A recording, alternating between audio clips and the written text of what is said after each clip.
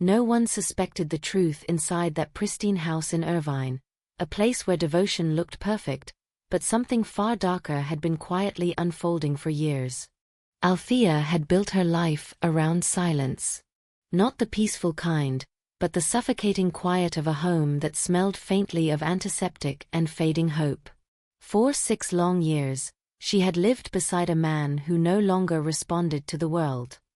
Corbin, her husband, lay on a hospital-grade bed in the master bedroom, his body still, his chest rising only with mechanical assistance, his face frozen in a calm that no longer belonged to the living. To outsiders, the story was simple and tragic. A brilliant young man, struck down by a devastating accident. A devoted wife, refusing to abandon him. Neighbors admired her. Friends praised her endurance. Even distant relatives spoke of her as if she were something beyond human, someone who had chosen loyalty over life itself. But admiration is easy when you don't have to live inside the walls. Each day followed a rigid rhythm. Althea would wake before sunrise, review business reports, attend meetings, solve crises, and return home exhausted, only to step into the same room where time had stopped. She fed him through tubes, cleaned him with careful hands, turned his body to prevent sores, and whispered nothing into ears that could not hear. She never allowed the hired help to take over completely. It was the only way she could convince herself that what remained between them was still real. Yet beneath that routine, something had begun to shift. It started subtly, so subtle that even she tried to dismiss it. A faint scent that didn't belong. Not the sterile smell of medical alcohol, nor the mild soap she used on him daily. It was something warmer, sharper, expensive, masculine. And mixed within it, something even more impossible. A trace of cigarette smoke, cold and lingering, like it had settled into skin that should never have left that bed. At first, she told herself it came from someone else. A visitor, perhaps. A passing contact. A careless nurse. But the logic unraveled quickly. Corbin had no visitors beyond the same 2 people. A middle-aged housekeeper who never left the property during work hours, and Aloan, the private physician who came and went on a strict schedule. Neither fit the scent that clung to him. Still, Althea forced herself to move on. She had learned long ago that survival required ignoring certain thoughts. Until the second sign appeared. Laundry had always been mechanical for her, another task in an endless list. But that afternoon, as she sorted through Corbin's clothing, her fingers brushed against fabric that didn't belong. It was smoother, tighter, colder than anything she had ever bought for him. When she pulled it free, the world seemed to tilt slightly beneath her feet. A pair of designer boxers. Deep red. Immaculate in design, but unmistakably used. For a long moment, she didn't move. Her mind refused to process what her eyes were already confirming. Corbin, who hadn't walked, hadn't spoken, hadn't even shifted independently in 6 years, somehow had worn something that required intention, movement, awareness. The room felt smaller. The air heavier. She examined the garment more closely, and what she found erased any remaining illusion of coincidence. The faint physical traces were undeniable. This was not a mistake. Not misplaced laundry. Not confusion. It was evidence. And evidence demanded a question she had spent 6 years avoiding. What if the man in that bed wasn't as helpless as he appeared? The thought struck her with such force that she almost laughed at herself. It sounded absurd, even cruel. Doctors had confirmed his condition repeatedly. His medical files were extensive, detailed, irrefutable. Muscle atrophy, neurological damage, permanent loss of motor function.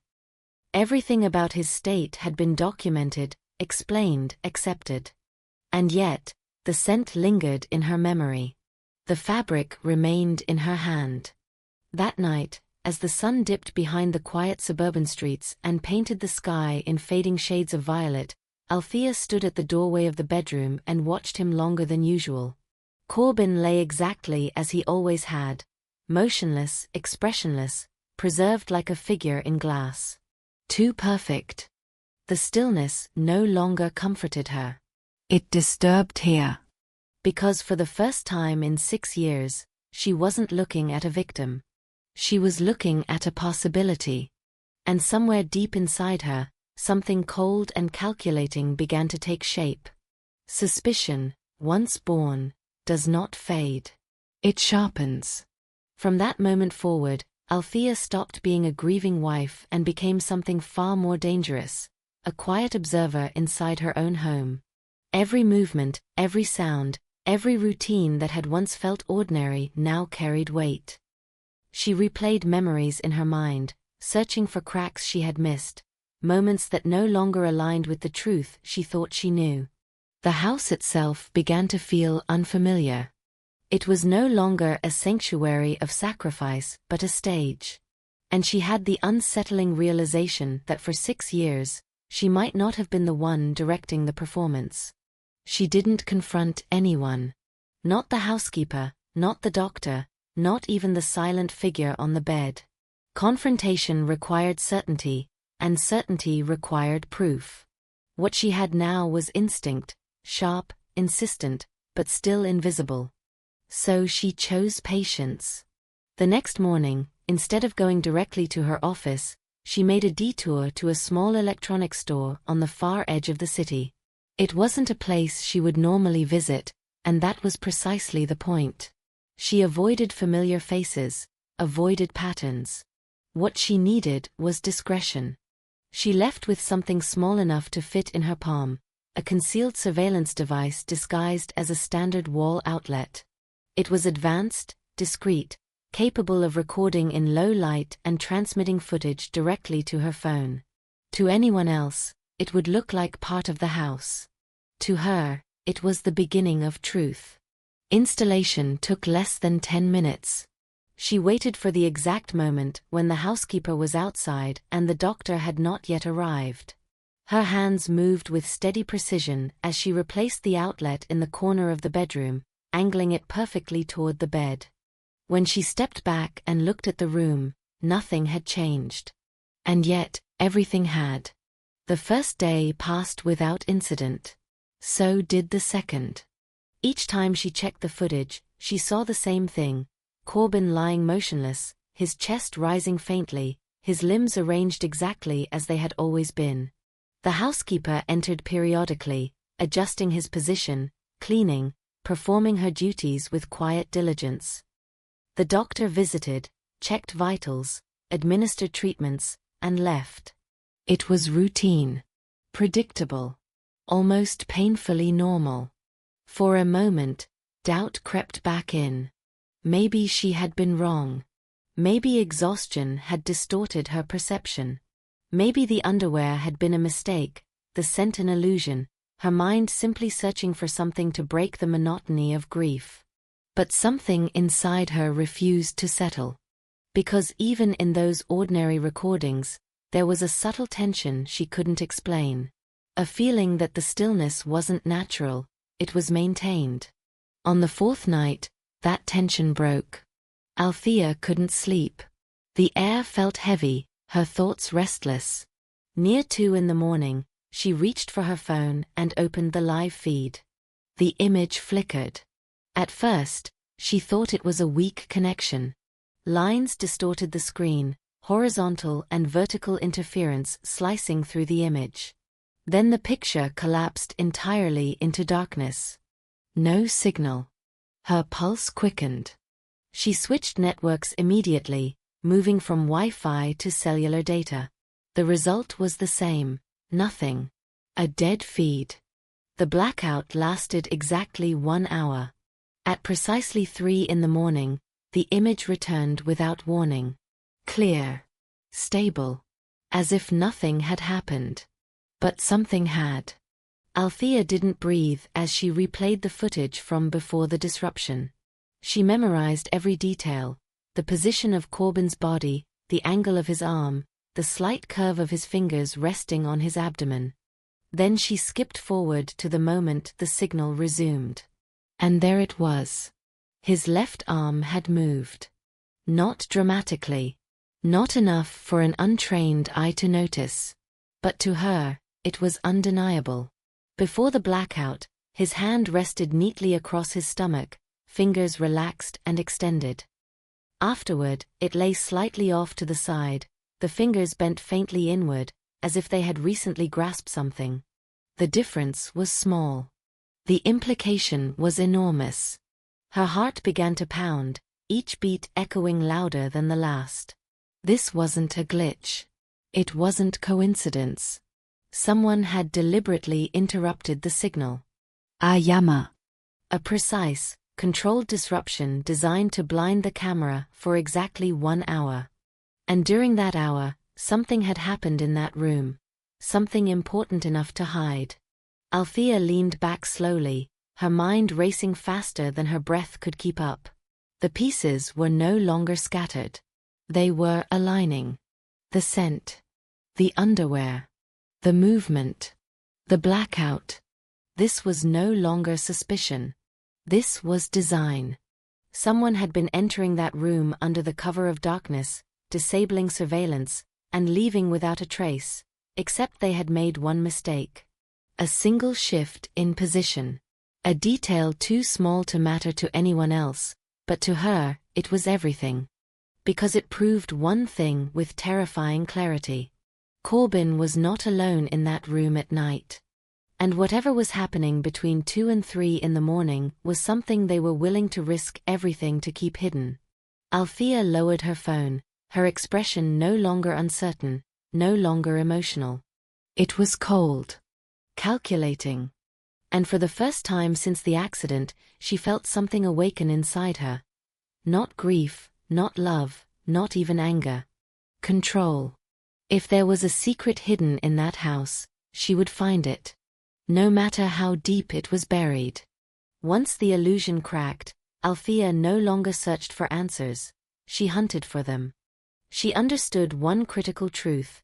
Whatever was happening inside that house was carefully timed, controlled, and hidden.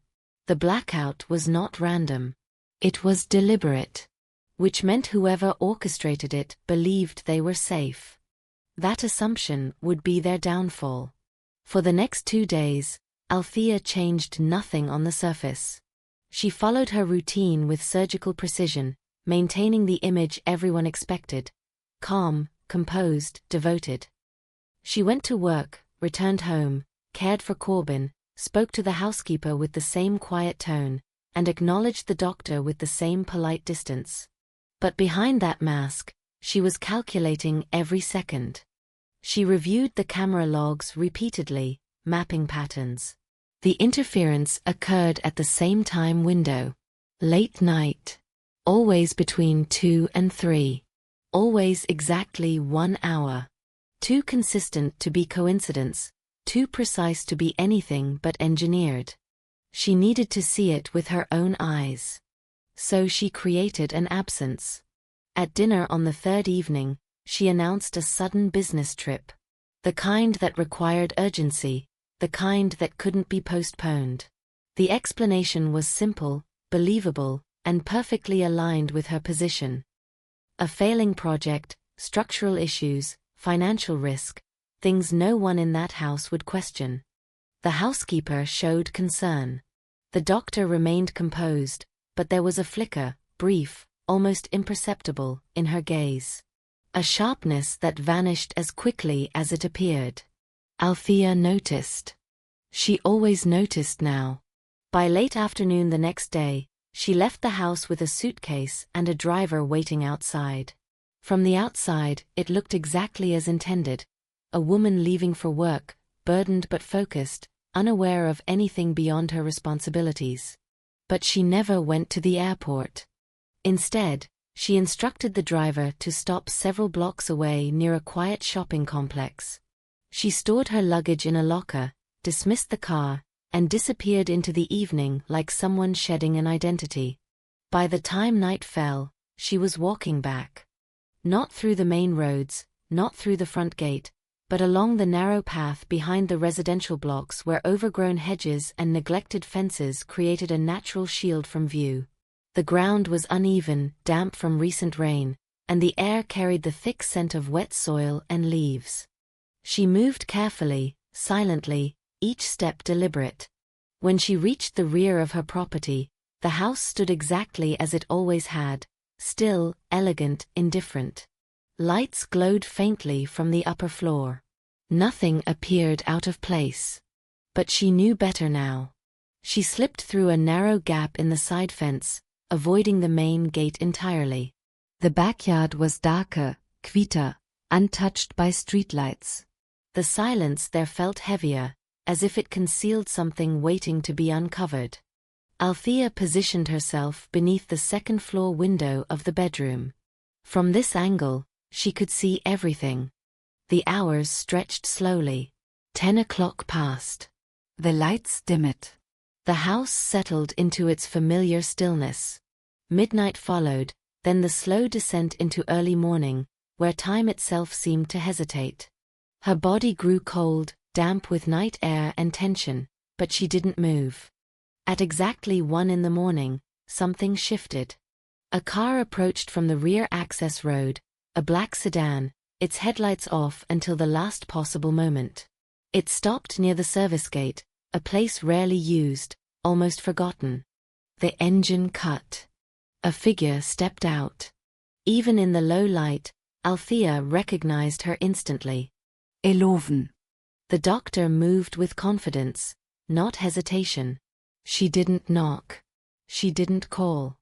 Instead, she reached into her bag, retrieved a key, and unlocked the gate with practiced ease. That single action confirmed everything. This was not her first time. Althea felt her heartbeat accelerate, but her face remained still, her mind sharper than ever. She removed her shoes, letting them sink silently into the grass, and began moving closer, each step controlled despite the tremor in her muscles. The house swallowed Eloan whole. Minutes passed. Althea reached the base of the wall beneath the balcony.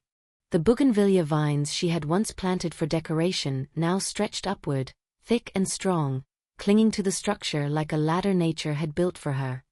Without hesitation, she climbed. Thorns scraped her skin. Branches pressed against her weight. The pain registered but meant nothing. Every inch she gained brought her closer to the truth she had been denied for 6 years. When she reached the balcony, she crouched low, steadying herself against the railing. The curtains inside were not fully drawn. A narrow gap remained, just enough. Althea moved toward it slowly, carefully, and then she looked inside. What she saw did not shock her instantly. It froze her.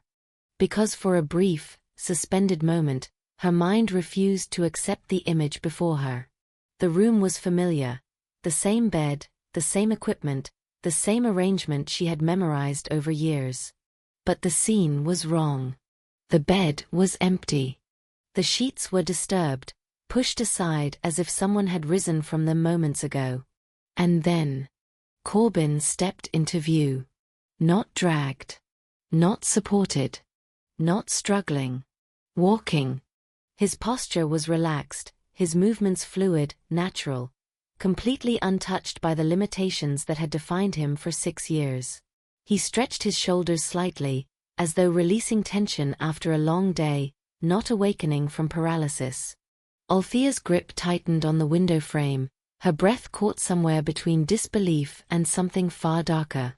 He wasn't recovering. He had never been broken.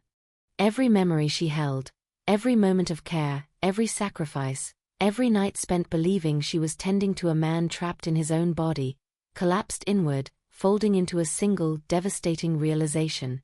It had all been a performance. And she had been the only one who didn't know. Inside the room, Eloan moved freely, no longer bound by professionalism. Her posture, her expression, everything about her shifted into something intimate, familiar, practiced. She belonged there, not as a doctor, but as something else entirely. Something Althea had never suspected. The two of them existed in that space without caution, without fear. Because they believed the truth was invisible. Because they believed Althea was gone. But she wasn't. She was right there, watching as the final piece of the illusion shattered completely. And in that moment, something inside her changed forever. Not loudly. Not violently. But with absolute certainty.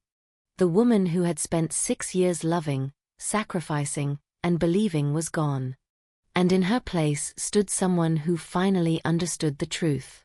This was never a tragedy. It was a deception. And now she had seen enough to destroy it. What Althea witnessed through that narrow gap did not end with Corbin standing. It only began there. From her position on the balcony, every movement inside the room became painfully clear, each second carving deeper into the truth she had unknowingly lived beside for 6 years. Corbin moved with ease, stretching, walking, even pausing to savor a glass of dark liquid like a man returning to comfort. Not someone recovering from a life trapped in paralysis. There was no hesitation in his body, no weakness in his steps. The diagnosis, the machines, the years of stillness, none of it belonged to reality anymore. They belonged to a script. And Corbin had mastered his role. Across the room, Eloan no longer resembled the composed physician who visited during the day. Her presence shifted entirely, stripped of professionalism, replaced by something intimate, familiar, deeply rooted in a connection that had clearly existed long before Althea ever suspected it. This wasn't an affair that had begun recently. This was something cultivated. Planned. Sustained. Althea's fingers tightened against the cold edge of the window frame as realization spread through her like ice. Every detail aligned with terrifying precision. The late-night signal disruptions. The scent of cologne and smoke. The unfamiliar clothing. The subtle inconsistencies she had ignored for years. They were not careless. They were confident. Because they believed they controlled every variable. Inside the room, Corbin moved toward the built-in wardrobe that covered nearly an entire wall. Something Althea had seen thousands of times, something she had never questioned. It had always been just furniture, a storage space, a background detail in a room defined by medical equipment and silence. Until now. His hand reached toward a point low along the inner frame, pressing into a spot so subtle it would escape casual observation. A soft mechanical sound followed, a muted click, almost swallowed by the stillness of the room. Then the impossible happened. The back panel of the wardrobe shifted. Slowly. Deliberately. Like something designed not to be found. Althea felt her breath vanish completely as the structure moved aside, revealing not a wall, but a hidden passage. The darkness beyond it was not empty. It led somewhere. Somewhere close. Somewhere intentional. Corbin stepped through without hesitation. Eloan followed. And as they disappeared into that concealed space, the panel slid back into place, sealing the room once again into the illusion Althea had lived inside for years. But the illusion was gone now. In its place stood a reality far more calculated than she had imagined. The house next door. It had always been there, silent, locked, dismissed as unoccupied. The faded rental sign, the lack of visible activity, the occasional complaints about pests, it had all reinforced a single narrative. Empty. Unused. Irrelevant. But now, standing on that balcony with her skin stinging from cold air and scraped by thorns, Althea understood the truth. That house had never been empty. It had been part of the design. A second life, hidden just beyond a wall she had never thought to question. Her mind began assembling the structure of the deception with ruthless clarity.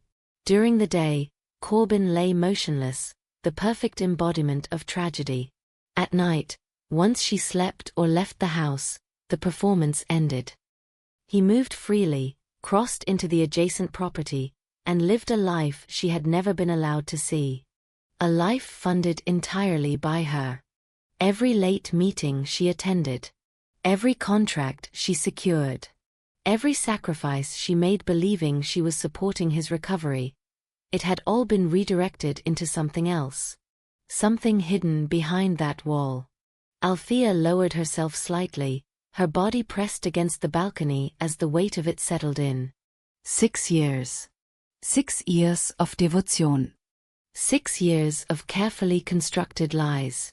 And she had been the only one still playing by the rules. The night air cut through her clothes, but she barely felt it. Her thoughts moved faster now, sharper, more precise. This was no longer about disbelief or emotional collapse. That stage had passed the moment she saw him walk. Now, it was about understanding the full extent of what had been done to her. And more importantly, what she would do next.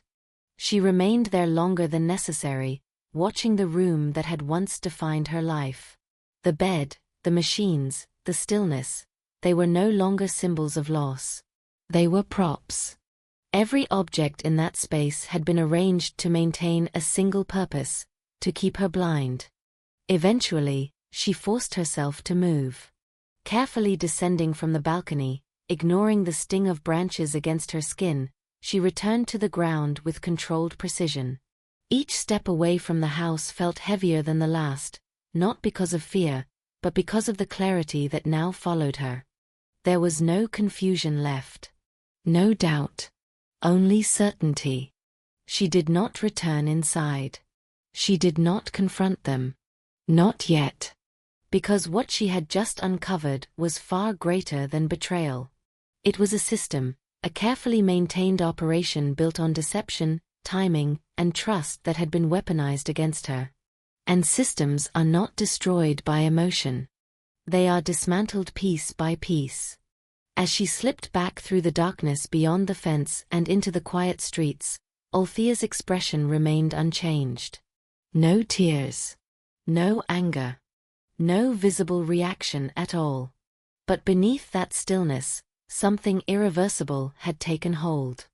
She was no longer the woman trapped inside a story written by someone else. She had seen the truth behind the wall.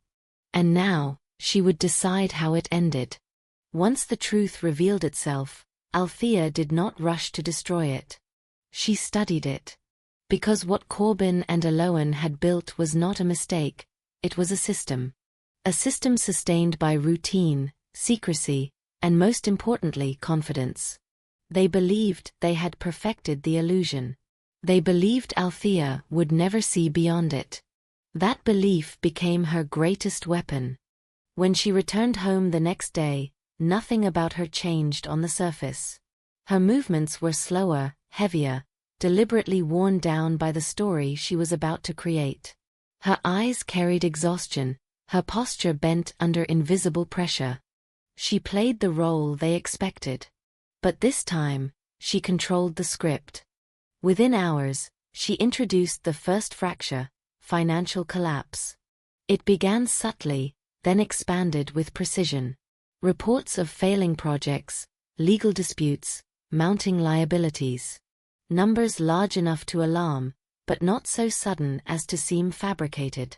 Everything was structured to feel real, inevitable, and irreversible. And then she watched.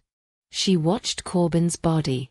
Even in stillness, the human body betrays itself. A twitch beneath the eyelid. A tightening in the jaw. The faintest change in breathing. When she spoke of selling assets, of losing control, of liquidating property, his body reacted, barely but enough. Enough to confirm that he was listening. Enough to confirm that fear had reached him. Eloan reacted more visibly. The calm professionalism she had maintained began to fracture. Her movements became less measured, her attention divided. She lingered longer than necessary, made more calls, stepped away more frequently. They were no longer in control. And Althea pushed further. She began stripping the house of comfort. Premium supplies were replaced with cheaper alternatives. Expensive treatments were quietly discontinued. The environment shifted from luxury to limitation, from abundance to constraint. Every small change added pressure, not enough to expose them, but enough to force them into discomfort. Because desperation reveals truth faster than confrontation ever could. Days passed. The tension inside the house thickened. Without money flowing freely, their hidden life next door began to suffocate. What had once been effortless now required calculation. What had once been indulgent became restricted. Althea didn't need to see it. She knew it. Then she introduced the final piece. Debt. Not real debt, constructed debt. Documents, agreements, liabilities designed with surgical accuracy. Numbers that would crush anyone who believed them. Legal structures complex enough to appear legitimate, backed by systems Corbin himself had once trusted. She ensured one detail above all others. Everything pointed back to him. His name. His authority. His responsibility. All of it. The trap was no longer forming. It was ready. And all that remained was to make them step into it willingly. That opportunity came exactly as she expected. Under pressure, Eloan moved first. She introduced the idea of liquidating land, assets tied to Corbin's name, inaccessible without his consent. It was presented as a solution, a lifeline, a way to stabilize everything before total collapse. Exactly as Althea intended. Because to execute that plan, they needed one thing. His authorization. The irony was perfect. For 6 years, Corbin had hidden behind the image of incapacity. Now he would be forced to act, quietly, secretly, but actively, to secure what he believed was his escape. Althea allowed the process to unfold. She welcomed the lawyer Eloan brought, a man whose confidence exceeded his caution. The documents were presented, explained, justified with urgency. The logic was sound, the reasoning airtight. Everything appeared legitimate. Everything was a lie. Althea reviewed the pages slowly, carefully, her expression unreadable. And in a moment so small it could not be detected, she replaced the core document. What Corbin believed he was signing was not what he signed. What Eloan believed she was securing was not what she secured. The ink dried. The trap sealed. And still, neither of them knew. That night, something shifted again, but this time, it was not hidden. It was exposed. Althea initiated the final act with precision. A controlled disturbance. Smoke. Noise. Panic engineered just enough to draw attention without causing real harm. The house filled with urgency. Neighbors arrived. Voices rose. Doors opened. And in the chaos, the one thing Corbin had relied on for 6 years, secrecy, collapsed completely. Because when fear overrides calculation, instinct takes over. And instinct does not perform. It reveals.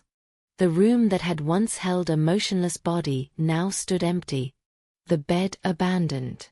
The illusion broken. Confusion spread through the crowd, growing louder, sharper, impossible to contain. Questions turned into suspicion. Suspicion turned into realization. And then, he appeared. Not carried. Not supported. Walking. Under the harsh glare of emergency lights, in front of witnesses, cameras and strangers, Corbin stood exactly as he had hidden himself all these years. Healthy, capable, exposed. There was no time to retreat. No time to construct a story. No time to return to the bed and resume the lie. The truth had stepped into the open. And it could not be forced back into the dark. Althea stood among the crowd, her face pale, her posture fragile, her expression perfectly aligned with shock. But behind her eyes, there was something else. Stillness. Control. Completion. Because at that moment, everything she had endured, everything she had uncovered, everything she had planned had reached its inevitable end. The system they built had collapsed under its own weight. And this time, there would be no performance left to save them. Once the illusion shattered in public, there was no path back. Only consequences unfolding with ruthless clarity. What had been whispered suspicion among neighbors transformed overnight into undeniable reality. The image of a man who had lain helpless for 6 years standing upright under emergency lights spread faster than truth could be contained. Phones recorded everything. Faces that once carried sympathy now reflected disgust. The narrative that had protected Corbin and Eloan for years collapsed in a matter of minutes. But exposure alone was never Althea's goal. Exposure was only the door. What followed was dismantling. Authorities entered both properties, the staged home and the hidden one beyond the wall.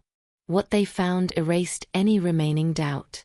The adjacent house, long believed abandoned, was fully furnished, meticulously maintained, and actively lived in. It bore no resemblance to neglect. It was a second life, carefully funded, carefully hidden, and intricately tied to the finances Althea had controlled. Records emerged. Transfers surfaced. Accounts that had quietly drained resources under the justification of treatment and care revealed patterns too deliberate to dismiss. What had once appeared as medical necessity now resembled systematic extraction. And then came the recordings. Althea had prepared for this moment long before the night of exposure. Every fragment of evidence, camera footage, timestamps, behavioral inconsistencies, had been preserved, organized, and secured beyond interference. When presented, they did not suggest deception. They proved it. Corbin's movements during supposed hours of immobility. Eloan's unauthorized access.